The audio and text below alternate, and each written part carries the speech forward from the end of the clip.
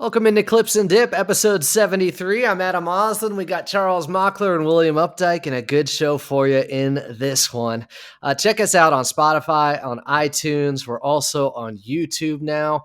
We're trying to streamline the process and get that down, but you guys are into vlogs and video stuff, so we'll try to do that for you as we get better at it here. But coming up on the show today, on the back end, we'll talk about how a lot of people still think the Clippers are the favorites to come out of the Western Conference. We'll talk about guard rotations.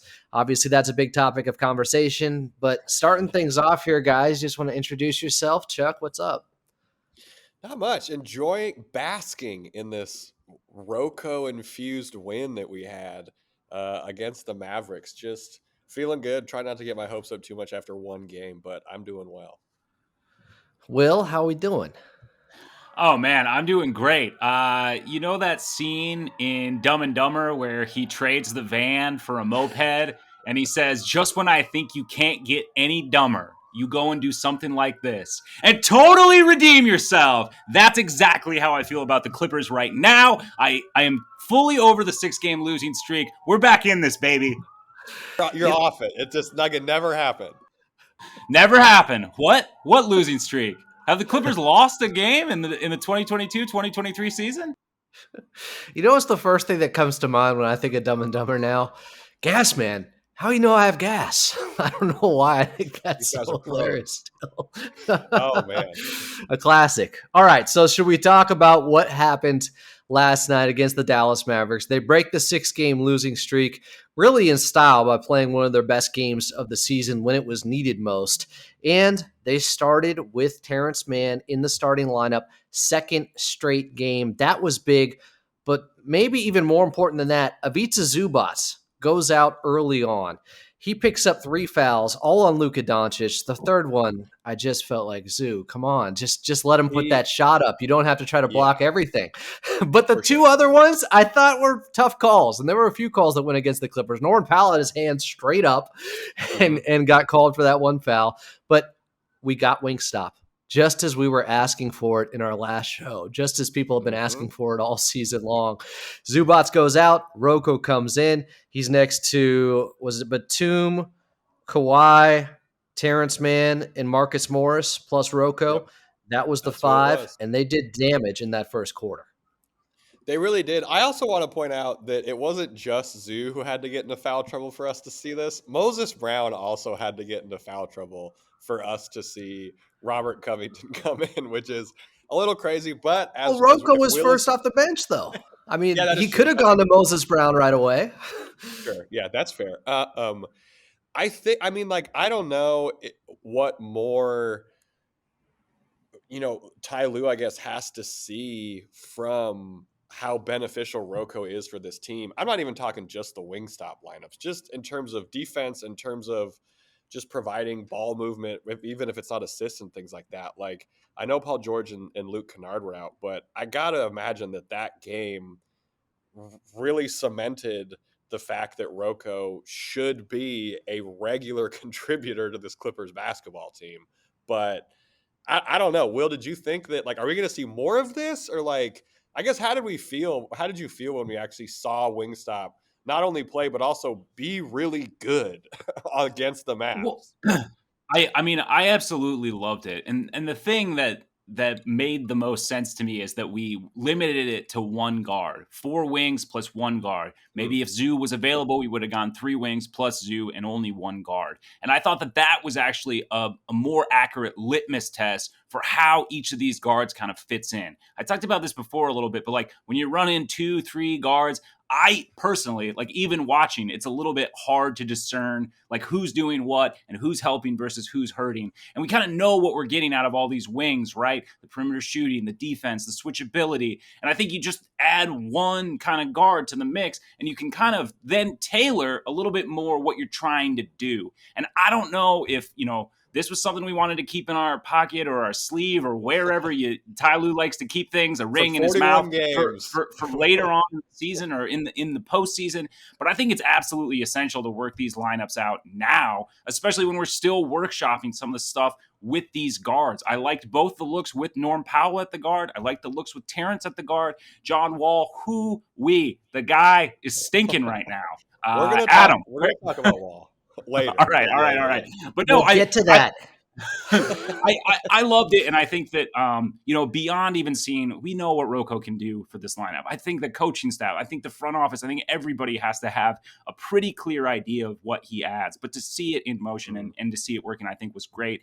And I'm of the opinion, I'm just of the opinion that we need wins, and seeding it's not the most important factor, but it is a factor in how your playoffs are gonna roll out. And I think if that means we have to sacrifice showing a little bit more of our wing lineups, that might be a so be it for me. Like, that might be the cost of doing business with where we are right now. If we had a little bit more cushion in the standings, if we got off to a stronger start, if we didn't have the absences that we had of Nick Batum and Kawhi Leonard and Paul George, maybe we would have, we would have that ability. But right now, with where we're at, we got to keep these wins coming in. We got to keep that morale high, and we got to keep these guys engaged. And I think that this is the best way to do it.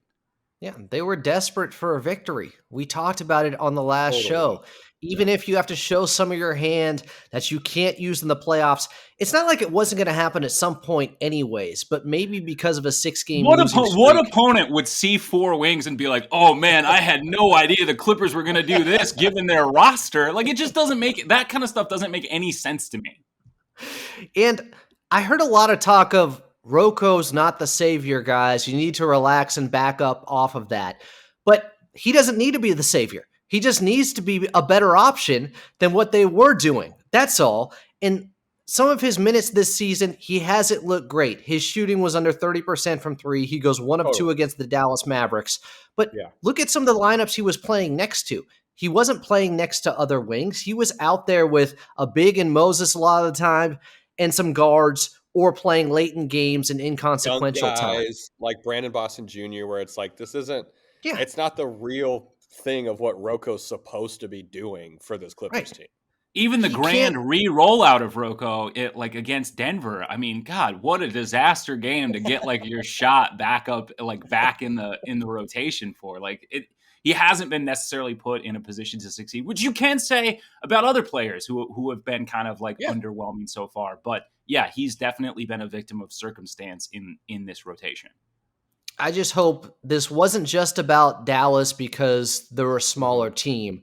This is a mindset. This is a philosophy. This is a tactic that they were always going to go to. And maybe we're seeing it a little bit earlier because of the 6-game losing streak. I don't know. But Clipper Nation has been on this for a while, and it looks like they were right because everybody's been calling for this. Everybody's been asking for Wingstop. Coach Lou seemed to be aware of it post-game when he said, I know you all love wings. Yes. So he has to have a burner. Does Ty Lue have a burner on Twitter, do we think? Or does he just kind of hear it, in the halls and whatnot? Probably a little scuttlebutt like that. Water cooler stuff. Yeah, I don't know if he's got time for the Twitter. Yeah, I hope he doesn't. Yeah. Yeah. But it was just, what a sigh of relief, a collective sigh of relief that not only did you see Wingstop, you saw the fruit. You saw exactly what you thought you would see. I think they were they were like a +7 in the first quarter when they rolled that out. So it worked immediately. There's no reason it can't work against most teams in spurts here and there and in longer stretches during other times.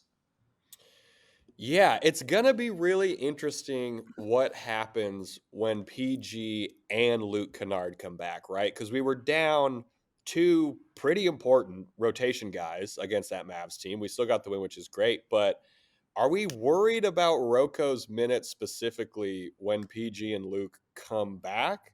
Or do we think Ty Lue, he said he has it solved or whatever. Do we think there's something in place for over the next 41 games to get, RoCo actually integrated into what is kind of a new style of play for the Clippers, given, as Will said on the last episode, there wasn't a lot of progress from games 1 to games 41 kind of going forward. Well, I think you bring up a really interesting point that, some of this like was derived from circumstance, right? Like if Zoo doesn't have these fouls, if Moses doesn't have those fouls, like that might change what they were doing a little bit. And I think Luke Kennard is like a really interesting wrinkle because is he a strong enough guard to run with 4 other wings? I mean, I think that he can be in spurts, and he has, shown development. He has ran the show before when he was in Detroit, but like that becomes an interesting conversation then because, versus other options, is he your best option with 4 wings? And if not, do you pair him with another guard? And then you run back sort of into the same quandary that we've been in, right? Like, what is the actual right combination to get this backcourt right? What are we doing when we're resting some of these wings? I still believe that Luke Kennard is a good problem to have, obviously. Sure. But it does throw a question mark over RoCo's minutes and just and 4 wing lineups or 3 wings and Zoo. It's an interesting problem to have.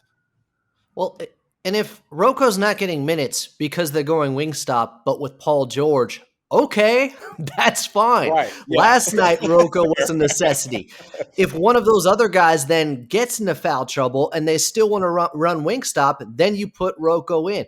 If the dream was always, okay, let's see, Paul George, Kawhi Leonard, Robert Covington, Nicholas Batum, Marcus Morris out there. If not Marcus, put Terance Mann out there, who has certainly earned the start the last couple of games and has absolutely performed at a super high level. And I think could be a game changer for this season and going forward with the Clippers with the way he's playing point guard right now. But that is what we all expected at times this season, a death lineup of somewhere in there when you talk about different wings and Wingstop. Those guys have to be playing more together in crucial moments where the Clippers just look unguardable because, well, the lanes are going to be open because all those guys can shoot around the perimeter. And we saw it a little bit late in the ball game where Norm was out there and he was the guard. And while he did get picked on by Luka Doncic, it's crazy, but when Luka's in that hot of a streak, it's almost like, okay, we're only giving up the 2s though to Luka, and that's a win for us. Like when he's going off and getting a 20-point fourth quarter and picking on RoCo on the right block, or Norman Powell on the right block, that was almost a win. And Coach Lue, I thought keeping him in, because I said on Twitter, and I think we all responded to it, like put RoCo back in, put him back in for Norman Powell. But you know what? In the end, it worked because what happened was Norman Powell kept going downhill on the other end and got to the free throw line multiple times and knocked down for the charity stripe to hold back the onslaught of the Dallas Mavericks and Luka Doncic slate. So credit to Coach Lue for sticking with Norman Powell in that situation. I think it was the right move. Yeah, and how great was Terance in that fourth too? Like there were 3 possessions back to back where we could not score, and Terance got it done. He got downhill. He was super aggressive. Man, he has just continually stepped up to the plate every time something new is asked of him, and him in this starting lineup has been, a little bit of a revelation, like more so than I thought it would be. Well, and that's what RoCo talked about post-game was being aggressive, right? Like they wanted to come out and throw the first punch. They were so physical in this game. Yes. They were so physical early on. Marcus Morris and his defense in this game. Luka got him a couple of times, but he was there. He had a hand in his face. Luka got everybody, though. Yeah, he had Luka got Kawhi. He got everybody. Luka happens. Yes, Luka does happen. And I love, too, like, Terance with the wings, I feel like he embraces what he does best when he's out there with 4 wings, which is get to the paint. Because he's the guy, he's got the youngest legs of anyone who's going to be on a Wingstop lineup, right? He's probably going to get the ball in transition and things like that. Kawhi was looking for him in transition. He understands in that lineup what he has to do, and he's not thinking too much. Sometimes Terance gets out there and you can see him working out every single possible kind of like whatever is going to happen if he passes the ball. When he's out there with 4 other wings, he has it's get to the paint and it's spray the ball out. And on the other side, it's just defend like you've been defending multiple positions. So Norm found that out too. So did Terance. Like, I think those two might separate themselves. And we're going to talk about the guards in the next segment, but I think those two might separate themselves in terms of like closing lineup possibilities than the other guards we have on this team. No disrespect to the other guards, but in terms of like, will you talk about you care who's closing? I think those two guys are going to be who's closing in the playoffs.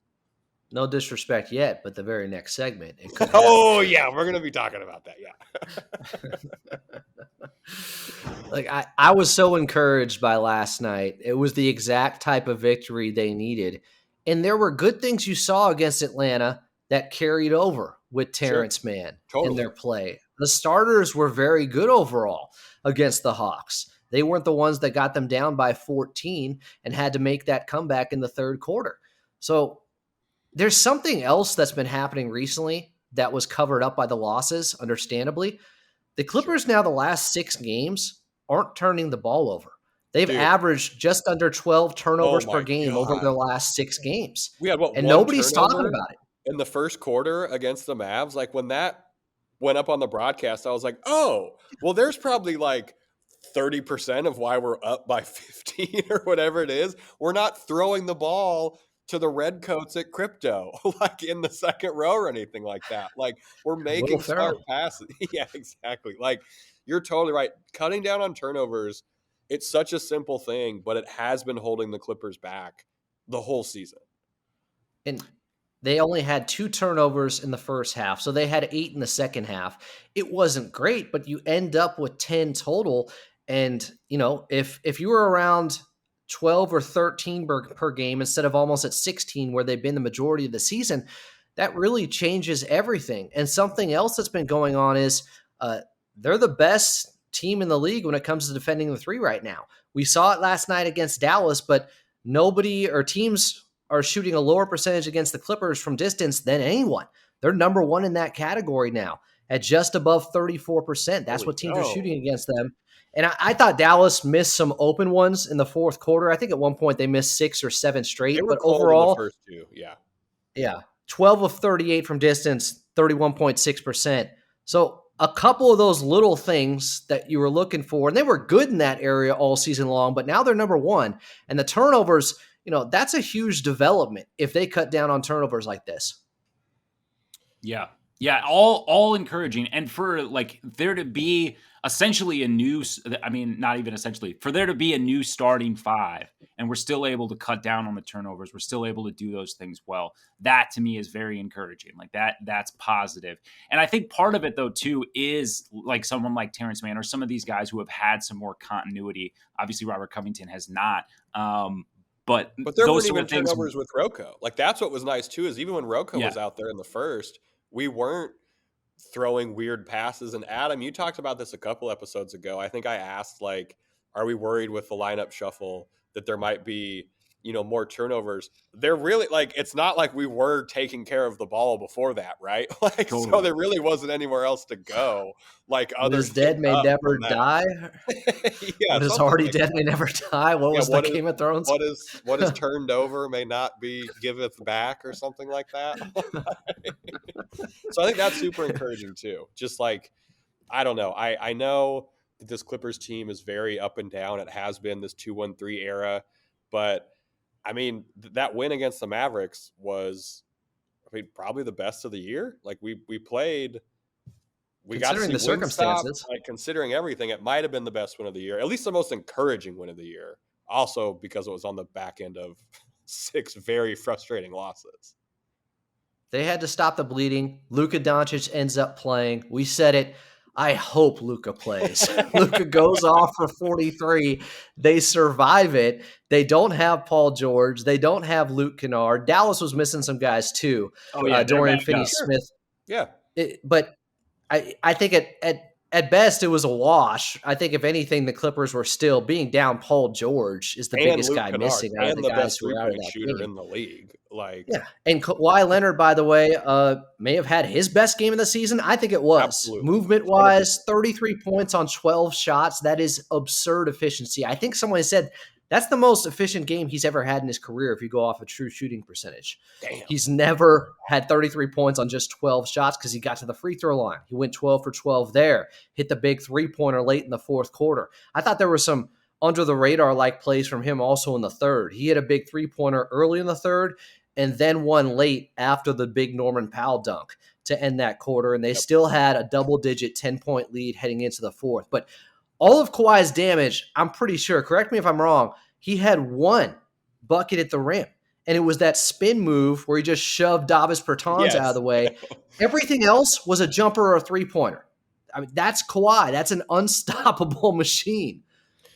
It was. I mean, I think you're right. It had to be considered his best game of the year, and we talked about it a little bit on AM 570 post game. But like his ramp up process, he's blocked out all the noise, which he's very good at, and he's now. I mean, we might be close to peak Kawhi. Like half a season left. Like we might be close to him. You know, we're gonna get some more time management probably with just giving the back to backs and stuff like that. But the switch has been flipped. I feel like for Kawhi Leonard. And he's the only one What I he did trust to flip a switch on this team, but that's a different pod for a different day. defensively, it was probably his best game too. When he ripped that pass away from Christian Wood, took Yep. it the other way, I think passed it to Man, back to Kawhi, and then he had the fadeaway on the far side. He was playing with the same pace he had in that third quarter against Atlanta, which really changed the game for the Clippers. And they have to play at that fast pace. If they're not going to have a true point guard, we'll talk more about that, but they have to push it with Kawhi. They have to push it with Terance Mann, Paul George. Everybody's got to play a little bit faster. And I do think Dallas was a good matchup in that way because they're second to last in pace. So even though the Clippers are bottom 10, they're like 21st. Yeah. Dallas plays really slow, just a slow plodding pace with a high usage for Luka Doncic, of course, controlling things. But last night, Kawhi controlled that game for the most part. And what's funny, you mentioned Christian Wood. Will and I, we watched the game together. It seems like Jason Kidd kind of hates having to play Christian Wood because, like, he misses a bunch of free throws. And I swear, every three-pointer that Kawhi Leonard hit, Christian Wood would, like, stomp his foot. Like, he was so upset at the things that happened. But, yeah, I mean, I don't know. It was really funny to watch. I mean, he's a sieve defensively. Like, oh, he is not good at defense. Yeah. All right, coming up, we're going to be talking the guard rotation. We got some fantastic figures from Joey Lynn and Joseph Fry Award to go over. We got some ads coming up. They can be a little loud sometimes. If you've noticed they've been too loud, go ahead, turn it down. Guard rotation coming up in 3, 2, 1. All right. I'm introing this one, Will. Welcome. Fine, man. You did the ad break. I was trying to give you a break. Nah, it's all business after this win. We're on a win streak now. You know, I'm entrenched. I blame Christian Wood. You know what? Yeah. WW Christian Wood, you know? We're talking the guard rotation. Ty Lue was asked last night if he could envision playing more lineups where Norm is the only guard on the floor. And he said yes. I know we talked a little bit about kind of the defensive returns. Will's very excited. Are we worried about the defensive concerns with guys seeking out Norm, or is that just a Luka thing? How is it different with any other guard? It would be my retort. Like, of the guards that you have to defend, I mean, Norm is probably the best option, except for maybe Terance Mann. Like, what are your other options? Yeah. Well, defensively, sure. Terance Mann, first of all, is a tweener. He's somebody that is thought of as a 3 naturally. That's what Coach Lue says. But he can play guard. Maybe, you know, him playing point guard in college and then them trying to force him into a point guard position early on under Doc Rivers, maybe that's starting to pay dividends now. All of that processing he's been doing with having to play so many different positions, maybe now it's finally coming together for him. The age of man is upon us. And if he is the starting point guard moving forward, I really think that's a significant development. That could change everything for this team. If the point guard they were looking for all along, the right guy for this team, was hiding in plain sight and they were just waiting for him to mature more, and now he's 26, if that's how things would work out for this team, that would be incredible. Yeah, I mean, I saw this stat on Twitter. When Terance is listed as the point guard, it's been 500 possessions. It's 121.8 offensive rating and 103.8 defensive rating for a plus 18 net rating when Terance is listed as the PG. Elite. Good things happen when he's playing point guard. Kind of, I guess, in this vein, because we're talking the guards, like, how long do we think this Reggie DNP thing goes? He needs rest. I don't think anyone can argue that. Like, is he just resting before the playoffs? Adam, how do you see this? I don't think it's about rest right now. Maybe that's a side effect of him not playing, but I really think they're trying to find other rotations and see what is working. I don't think we've seen the end of Reggie Jackson or anything, though. Coach Lou Right. has talked about this. It could be somebody else's night next time who didn't get into the last game. And some people cringed at that and don't like that because, it could throw off continuity, and it could be difficult to have chemistry out there if you don't know who's playing and you don't have those set rotations. But with the way he's played the last couple of years, I just can't see him completely being out of lineups. And in certain situations, if they're down big, they're looking for a spark off the bench, just somebody who can catch and shoot and get on a heater in a hurry and try to make a comeback, because he's been a part of a lot of those and he's hit a lot of big shots for this team. And we talked about in the playoffs, who do you trust in the backcourt? Who would you like to see there? I still think Reggie Jackson, because of his experience in those big moments, Sure. could be huge for this team. Yeah, and I mean, I don't know if there's some sort of like injury concern there or the rest situation. I would say that it is very rare for a starter to go to like a complete DNP over a period of like 2 games. But I do think that they were in a position, like desperate times call for desperate measures. And just because Reggie is on the back burner right now doesn't mean that he's out of the rotation.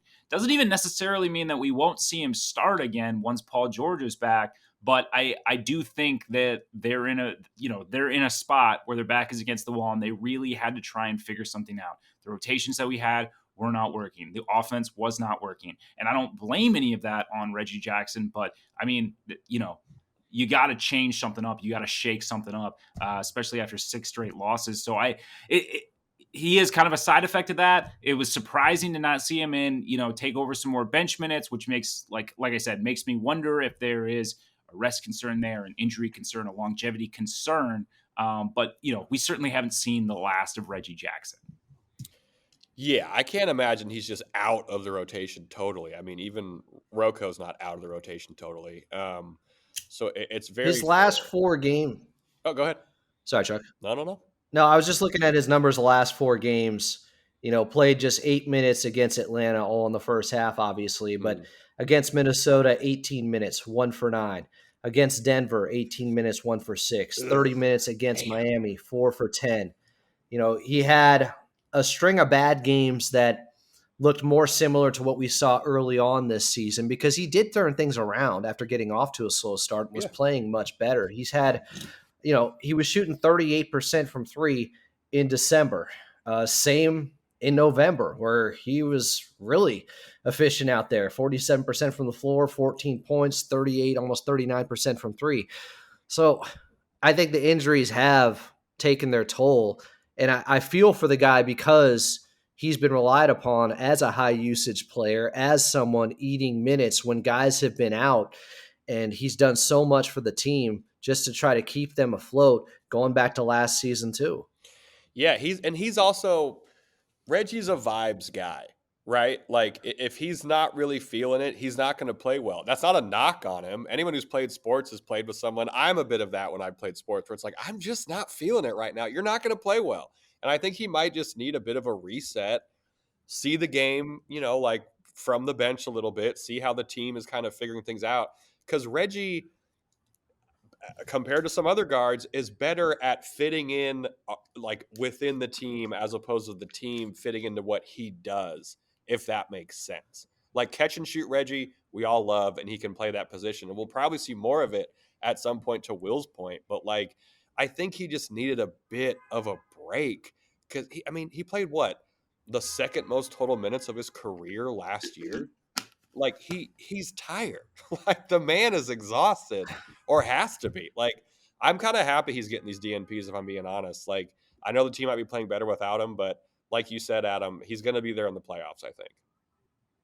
And he still has traits that I don't think Terance Mann has, with the catch and shoot ability. I'm not sure what the numbers are there. Mann obviously came through with 2 huge 3-pointers after starting, I think, 0 for 3 against Dallas. He was 1 for 7 from the floor. He completely turned it on with 10 points in that fourth quarter. But those catch and shoot numbers, and obviously he's a much worse defender than Terance Mann, but his ability to create for himself sets him apart and get to the basket with tough layups. That's what we saw over and over again during that playoff run, where Terance Mann gets more in a transition for those layups. In half-court settings, I think Reggie Jackson is probably the better player there, creating for himself offensively at least, and getting just ridiculous layups to go and circus shots like that. That you can argue, okay, how sustainable is that? I don't know, because he was magical at times in that 21 playoff run. Do not downplay Reggie Jackson and how good he was. He played like an all-star at times. Well, yeah, and Terance has gotten a lot better about being like more aggressive. So catch and shoot wise. Yeah, sorry. So catch and shoot wise, Terance Mann 33% on threes, Reggie Jackson 42% on catch and shoot threes. So like there is a bit of a, I don't want to say gulf there, but there is kind of a difference there between those two. We've talked about a couple guards now, but now we have to talk about one specific guard. And Adam, I know you had some high expectations for this particular player coming into this season. We need to talk about John Wall and how he had a good second quarter. I don't know what you guys are talking about. He did have a good second quarter. Per Joseph Wright Award. He's had good first halves recently. So per Joseph Wright Award, this was John Wall's 34th game of the season. The Clippers have won the minutes he was on the floor 10 times. He's also liking tweets about how he's not very good, which is confusing, and I kind of wish he wouldn't do, because it just doesn't seem like it's good for vibes or anything like that.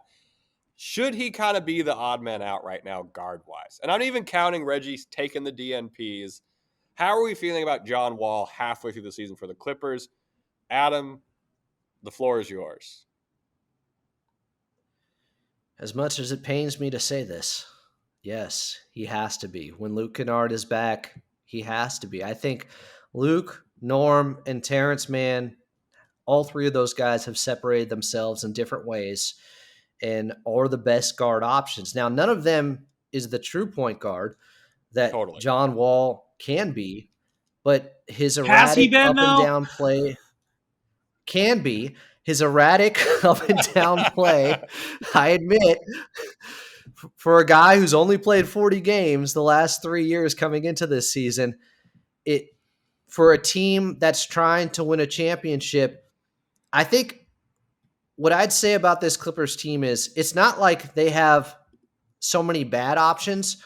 They just have better options because of how deep they are. Agreed. And now that they're in this position where they're a game over 500, you have to go to some of those better options and make those tough calls. And John Wall, he's up and down between quarters, between halves, between possessions. You know, he'll get in a transition, and he was a blur last night, by the way, and had a couple of ISO one-on-one plays where he was taking guys off the dribble, and he looked really quick. Did he finish any of them? He puts up a tough jumper. He'll have one possession where he puts up an ill-advised jumper, and then he'll have one where he gets in transition, gets all the way to the hoop, and hopefully gets the layup to go. So it's been an up and down wild ride with him. Unfortunately, the consistency just hasn't been there on a team that's been inconsistent overall too. True. My thing with John Wall is where I'm at right now is I feel like John Wall is on the John Wall revenge tour. He is not on the Clippers championship 22-23 like parade right now. And I like, it just seems more and more apparent every time I see him play. Like at one point he was like the second leader in field goal attempts last night. How the hell is that happening? How are you not conscious enough of your role to limit some of that? We brought you here to assist, to set up the offense. You're not doing that. We brought you here to maybe not get a little bit better at knocking down catch and shoot threes. You're not doing that. You can't finish at the rim anymore. You don't have the burst that you once did. Why are you isoing and dribbling so many seconds off of a possession? Like, I just don't get it. It's just not working for me. And I would have liked it to work. It makes sense. It's an interesting wrinkle. He can have some burst at times, but he's not finishing, and teams have stopped fouling him Not that he was making the free throws in the first place, but they've stopped fouling, and it's just completely inefficient. Teams don't even guard him sometimes in transition because they know he's too out of control for himself to even finish around the rim. It's like it's gotten very bad. It's gotten very bad, and I just don't see what the upside is. He's a negative defender, and I don't think that he's bringing a lot chemistry-wise to the team. I understand it seems like from scuttlebutt that we've heard, Kawhi and Paul George are fans. They like him, but I don't really see him contributing to this team in any sort of positive way. Maybe you missed the kick out to Norman Powell in the second quarter for a three-pointer. So that's my thing is distributor John Wall. Damn well. Distributor John Wall, wonderful. When he's in that realm and he had 4 assists and 2 turnovers. Like I'm not arguing. I'm not saying he played well, but I'm saying when we get those flashes of distributor John Wall, to Adam's point, you see what the good can be. You see the kickouts to Norm Powell and stuff like that. But it just hasn't been consistent enough. And he's not a good enough scorer to be a threat. Like that has to be a part of your package in order to make defenses like respect you, to be even able to set up your opponents. I mean, like right now, you know what John Wall is going to do. It's so predictable, and he's lost a bit of burst. He's lost a bit of speed. It's like it's just too easy for a defense. It's weird to me because I think he has a lot more burst than he had in Houston that last season. Whatever workouts he did were effective, but the timing, he's shooting at the hoop that's spinning in circles on a Ferris wheel. Like that's what John Wall is to me right now. The most alarming thing to me is just the missed layups in transition. When he gets there, he's missing them. Yeah. And to me, it got worse as the season went along, which is also perplexing. Teams stopped fouling him, too. Early on. Like teams stopped fouling him too. He stopped getting contact, and I do think that was like a massive change too for his effectiveness. I'm trying to remember which game, but it might have been against Boston, where he had like 3 back-to-back like stinkers of a possession where he did not make the layup and did not get a foul. And he got yanked, and that to me, like I thought that would be a greater turning point than it was. Well, like I said, there's 3 guards that should probably be ahead of he and Reggie Jackson now. Yeah, that is. But Coach Lue did say, he was asked, I think it was Joey Lynn, asked him about not having a traditional guard in there, if he'll play that way. And he said something to the effect of, I'd like to, because I have a soft spot. You know, I was a point guard. He smiled. I have a soft spot for point guards. So is that where all of this has been coming from this season, his affinity for guards? I just hope not. I can't see that as the overwhelming reason. This is somebody who saw Rondo was ineffective all of a sudden in the playoffs after having a good regular season, and he yanked him. Rondo. So I don't think he has a problem sitting a guy. Yeah, I don't think he has a problem sitting a guy. I really hope that's not where that's coming from. You know what I mean? Like he's just like, I was a point guard. I love point guards. Like that should not be where it's coming from. What's funny is I don't think it is. No, I don't think it is either. I think people aren't giving Ty Lue enough credit for how big of a troll he is in the media.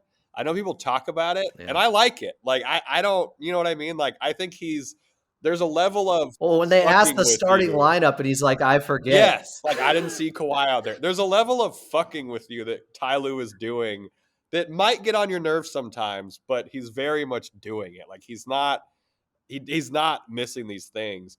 We saw so Joey Lynn tweeted out some guard combo numbers so far this season. The best guard combo this season is Luke with no Reggie or Wall. That's plus 23 on the year. Terance with no Reggie or Wall, plus 18. Norm with no Reggie or Wall, plus 5.5. Every other guard combination is kind of worse than that. So I think splitting Reggie and Wall is absolutely key here. Not that I don't think that's anything new to anybody, but like I'm excited to see where we go with kind of this new, I guess, look at guard rotations from Ty Lue. Especially because Terance Mann has been a guy that everybody wanted to see more minutes from, and it is happening. It's hard to maybe get at just the Clippers right Twitter to time. agree about something, but they've agreed that we need more Terance Mann and less 3-guard lineups. Yeah, I really think Mann being the starting point guard, if he can excel and continue to progress in this role, that could change everything for this team. If they finally have their guy that fits the type of point guard they've been looking for all along, because he doesn't have many deficiencies. He's so good on the defensive end. He could be a better 3-point shooter, okay, but he knocks down big ones, and he did shoot 42% a couple of seasons ago next to Kawhi and Paul George. But the defense, the attack, he starts their offense off the right way, because that philosophy of drive, kick, swing, it's all about getting into the paint and wreaking havoc. And Terance Mann is so good at that. He didn't even have big numbers at all in the first quarter, but they were up 11 quickly. Yeah, and he's a guy who I feel like has been too deferential at times, and I think that like him, it cuts both ways, right? But when you're surrounded by Kawhi and Paul George, it's definitely the guy that you want at that position, as long as he's making the right decision, and his ability to finish and his assertiveness on that end has been like so huge. His development, I feel like, compared to last season, where I think a lot of Clippers fans were kind of asking where he was in terms of like making a leap, maybe from what we thought, from what we saw in the playoffs. But it's kind of like the Zoo thing, right? Where I think Terance has been incrementally improving, and now it's just at the point where he's really able to show out. That fourth quarter, those 10 points, they likely lose to a Luka Doncic performance like that without Totally agree. Terance Mann 100%. out there, his rival. Like, he had a sense for the moment of, okay, we need buckets. I'm going to get us a couple of easy ones and go coast to coast here and get to the basket. And also, I'm going to come up huge because, well, I started 0 for 3 from distance. That's not going to last. I have confidence in my shot. I practice this. I'm going to put them up. That is a lot of growth and development, I think. It just kind of in a small sample in a fourth quarter of what Terance Mann could be for this team in other big moments. Like, I know it's not always going to be like game 6 and scoring 39 against the Utah Jazz, but just quarters like that from him, 10 points here or there when they need it, when they need somebody that can drive and get into the paint so the Clippers don't just turn into a jump shooting team late in fourth quarters. That's what Terance Mann can provide, aside from all the other stuff he does. The offense is almost like a bonus, his individual offense, but he's got some stuff now. He's been working on this for a while. He's, I don't know if you want to say he's an older 26 or a younger 26. I'm not 26. sure, but yeah, I think that's fair. He's a more seasoned 26, but he's also kind of wise beyond his years, Like, he's been in a lot of big games and a lot of big moments, whether it was in college or with the Clippers at a young age. But him being the aggressor, I feel like in that fourth quarter, especially like when we were going through a bit of a scoreless drought, that to me is different. Like, that to me is a turn where he feels just as confident in himself initiating that offense or getting his own shot versus, being off ball or sort of deferring to a teammate. Like, that to me is a major step. And that is like what gives me the confidence to believe that he has the ability to, be a starting point guard or point guard, I guess, in quotation marks, or, Sure. Just a mainstay guard in closing lineups moving forward. It's almost like they relied on Terance for a while to be a change of pace guy and to spark a run.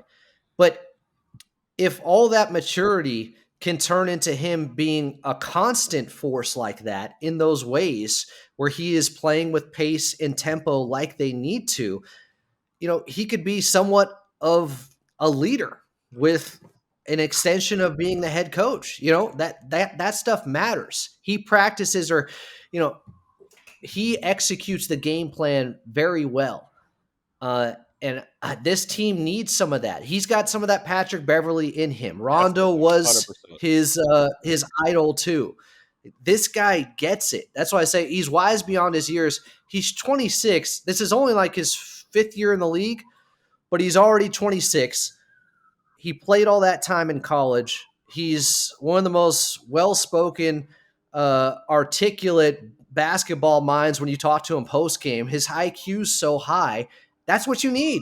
in your playmaker, in your point guard. He has it, and he has size, which the Clippers were looking for. That's why they tried to make him a point guard to start with. This could be the blossoming of something huge. So we're talking these point guards real quick. Who is your top 2 picks for the playoff point guard rotation? Terance Mann, I feel like has to be on there, and then Norm Powell. I don't think it's crazy to think we'll see 3 guards in the playoffs. Who's that third guard you're picking? Will, who's that third guard you're picking to be behind Terance and Norm, or with Terance and Norm, I should say? I mean, I guess it depends. It depends on the matchup, but I mean, if I have to limit it to that, I mean, I guess I would go. I might still go Reggie. I might still go Reggie. Damn, over Luke. Okay. Just for like the experience. We know what he can do. He has a little bit more confidence initiating himself. Though that's like, I don't know, that's a tough decision. That's a really tough decision. And luckily, I don't think it's that binary, right? Like we don't have to make that decision. That's what gives us a little bit of flexibility, especially around wings who can shoot as well, that really any one of these guys is going to be able to have some space to operate. And that makes it a little bit easier, especially for someone like Luke, who, if he does need to initiate himself off the ball, he's going to have more space to do so. He's going to have a little bit more confidence and people to cover for him on the other end. But you talk about Luke and Norm. I mean, we talked about who you would want as a defender out there. Those have got to be the 2 best sort of all-around pieces, right? Like they're kind of whole packages in terms of being able to initiate, being able to be very effective off ball, very efficient. And, it's going to be harder for teams to pick on both of those guys defensively. If you're looking for a weak link, Reggie or Luke obviously is the weaker of the link in a playoff scenario defensively. Adam? Yeah, they're certainly more flawed. My guess is by that point, somebody is not there. But I guess I got to go with Reggie because I was talking about it earlier and just trusting him in the playoffs. It's like but cutting a foot. It's like cutting a foot or a handoff, though. Like I don't really have a good answer. You could tell me either way, and I would be like, yeah, that makes sense. Luke, one of the best shooters in the league, that makes sense. You would want him in the lineup. Reggie, we have the body of work. That makes sense to me. So yeah, luckily, I mean, that's not a decision we necessarily have to make pending, if anything happens at the deadline. Yeah, and if Luke's out there turning down shots, Reggie. Yeah, love that. We got Reggie. Yeah, mix it up. Coming up, we're going to be talking just a quick, brief minute about how long until this high from the Mavericks game feels real in terms of the Clippers championship aspirations. We got an ad break coming up, so turn that down if you're sensitive to those things. We're going to be talking championship aspirations with ads coming up in 3, 2, 1. All right, so we're back here on Clips and Dip. Still reeling in the victory over the Dallas Mavericks, breaking a 6-game skid. But I think we're all kind of wondering now, how long until this sort of feels real for these contenders? Now, the NBA midseason report still did have the Clippers, very surprisingly, as the favorites to come out of the West. How long before we, as people who watch the team, as fans, how long until we really believe that? Chuck, I'll kick it to you. How long until you believe that this team is for real, that win over the Mavericks was real, that this team is ready to compete at the level we think that it can?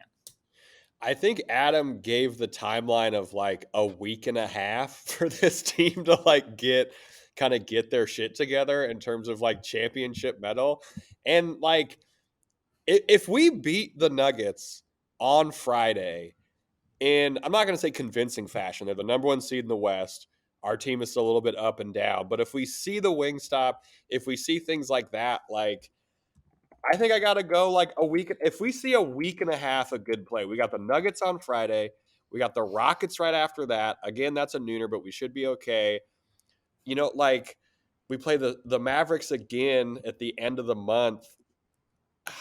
I'm going to need 6 games in a row of this team not only playing at kind of a high level, but the rotations looking at a high level. I know this isn't what Ty Lue does. I know he kind of puts things close to the chest or whatever, we're past that. We need to get as good seeding as possible, in my opinion. So like 6 more games, I guess. And I want to see them in a row of this team of good process, and results are important for sure.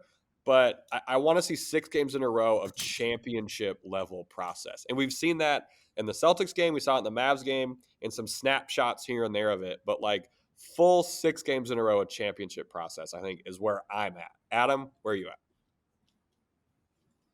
I'll take 5 out of 6 games of championship Sure. Nice process round and number. Yeah. consider that growth. Like, even if you're playing great basketball, you can have hiccups here and there.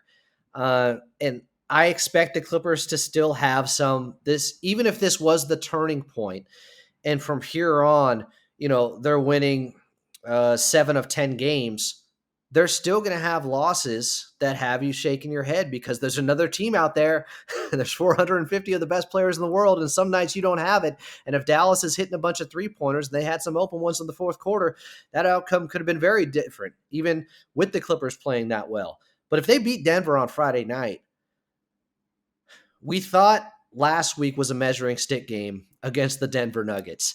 This one is even more so important because, well, they got to get their lick back. It's like Coach Lou said, we're going to see what team we have when we play them the next week. So if they come out and lose by 15 at home this time to Denver, that's not growth because they didn't lose by 33 or 34 or whatever it was. That is a bad loss. They have to show that what happened against the Dallas Mavericks wasn't a blip or just them trying to stop the losing streak and then they go right back to what they were doing. They have to build off of it. It has to continue. I want to see them play with a faster pace and Kawhi having that juice and getting up and down the court offensively and them continuing to take care of the basketball like they have been. To me, then you're saying, okay, those are championship traits. That's what it takes. And now, if they don't have Paul George, if they don't have Luke Kennard, if they don't have both of those guys and they're competitive Friday night, that's different. We'll see how the game plays out, but they need to at least be competitive against the Denver Nuggets and look the part at times of being a team that can go head-to-head against them because Denver has been beating them up the last couple of years since the bubble. Yeah.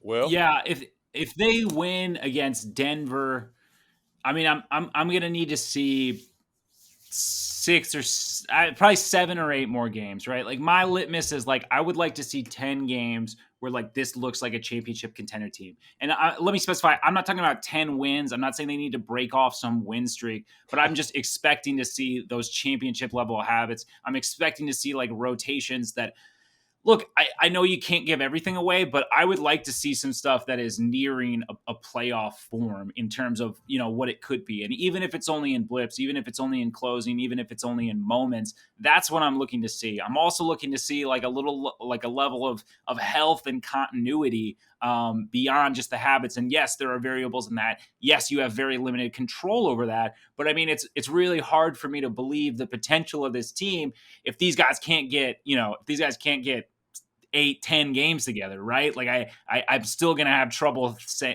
thinking that we can get it all together right at the end, especially if there's no time to really refine what those lineups and what those rotations are. So I'd like to see us, continue to bounce back on defense. We really took a skid there. And even if we're not, even if teams, they go off against us, that's whatever. I'd still like to see the engagement, even if things aren't clicking offensively. I think that that's been a really big point of contention for me personally, is just like seeing this team sort of disengage on the defensive end, which is like, for whatever reason, like how they've been able to make an identity. I mean, it makes sense given the personnel, right? But their offensive woes have been more puzzling, but like that's no reason to fall off on the other end of the floor because I think that while we're working things out, there still will be some of those offensive woes. But yeah, I mean, I just want to see 10 games of good process, ideally like continuously, but I'll take 10 out of 15. How about that? I'll grade on a curve. I'll take 10 out of 15 games. But yeah, and they don't even all have to be wins, like I said, but I got to see it for at least 10 games. There's another wrinkle to this, though. When we're talking about building towards winning a championship and what this team could look like in the playoffs and rotations and lineups, I think we already know Moses Brown is running out of time with how many games 20 he can games left play for up at those this keeping level. track. He's not, we don't think, the long-term solution for the backup center. What is going to happen there? And are you going to have a guy that isn't just a backup for the regular season? Because even Hartenstein, there were questions of how effective he'd be in the playoffs, and he Yeah, didn't play well in either of the great point. play-in games. Are you going to have somebody that you can actually go to and feel confident in if something happened to Ivica Zubac's foul trouble Is or that when something? the small ball comes into That play? Is that when it's just like we're unleashing it? Like, let's just go. We're in the playoffs. The backup center is Robert Covington at this point. That point, excuse it, me.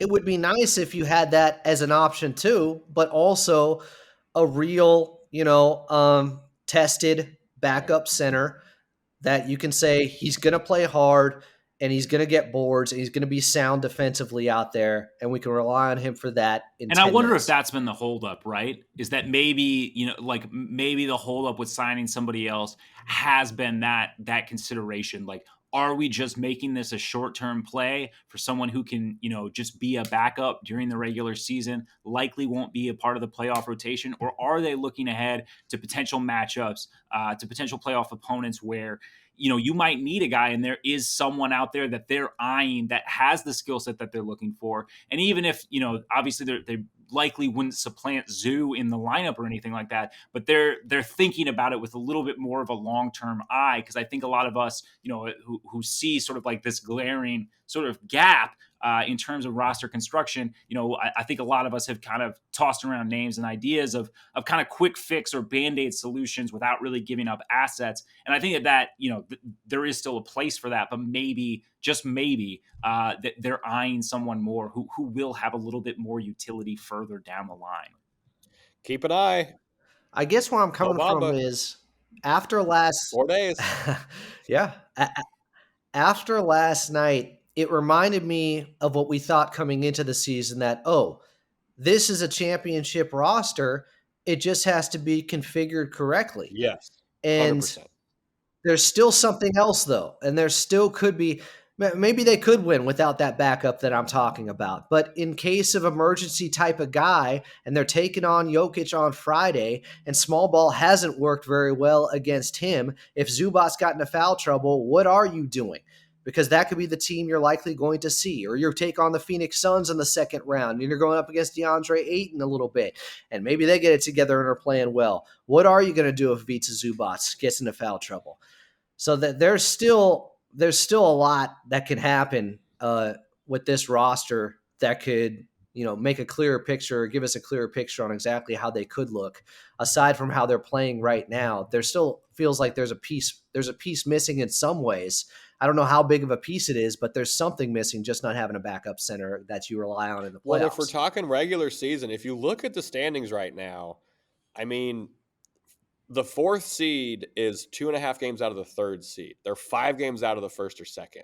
So the top of the Western Conference is starting to separate itself, I think, right? You got the Nuggets and Grizzlies tied. The Pelicans are in third. They're 2.5 games out of the second spot. And then you got the Mavericks, who are 5 games out of the second spot. So this battle for 4, 5, 6, 7, like the Clippers are the 6th seed. We are a game up on the 9th seed. Like this battle for 4 through 9 is going to be a bloodbath. I'm pretty sure Minnesota just lost to Detroit today. I'm not really worried about the Wolves because they suck and made a horrible trade. But like this battle for 4, 5, 6, 7 is going to be nasty. And I think you're right, Adam. Like we might need someone who can do a little more regular season wise than just soak up minutes and actually be productive. What if you're facing the Pelicans with Zion and Man, Valanciunas? Can you afford to go that yes. small? There's no doubt you're going to need a legit backup in that case, Because I someone think. will be in foul trouble. So, Yeah. yes, it's going to Yeah. happen. But again, it's January 11th. We got 4 days until certain people can be traded. The scuttlebutt has been maybe Mo Bamba. Who knows? We'll see what happens. Adam, Will, do you have anything else to leave these fantastic fans with as we head into this Wednesday evening? Let's get Mo Bamba, Robert Williams Part 2, the sequel, but it's better than the original. Wow. All right. I unloaded the clip. I got nothing else outside of. I'm still reeling from Will's John Wall rant. dissertation Oh, on yeah, John that Wall. was a TED Talk, basically. That blew me back. I've never heard Will so loud in my ears. He's upset. We appreciate everyone for listening. Thank you for sticking with us. If you stuck with us through the 6-game losing streak, you might as well get on us for this 41-game win streak that we have planned moving forward for the Clippers. We don't have any new reviews to read yet, but you can review us over on iTunes, Spotify, all those good places. Gentlemen, if there's nothing else from you, and we can send these fantastic people on their way, and we should be back with a new episode tomorrow, previewing the very important game against the Denver Nuggets. See y'all later. I'd like that. It's done. We'll talk to y'all tomorrow.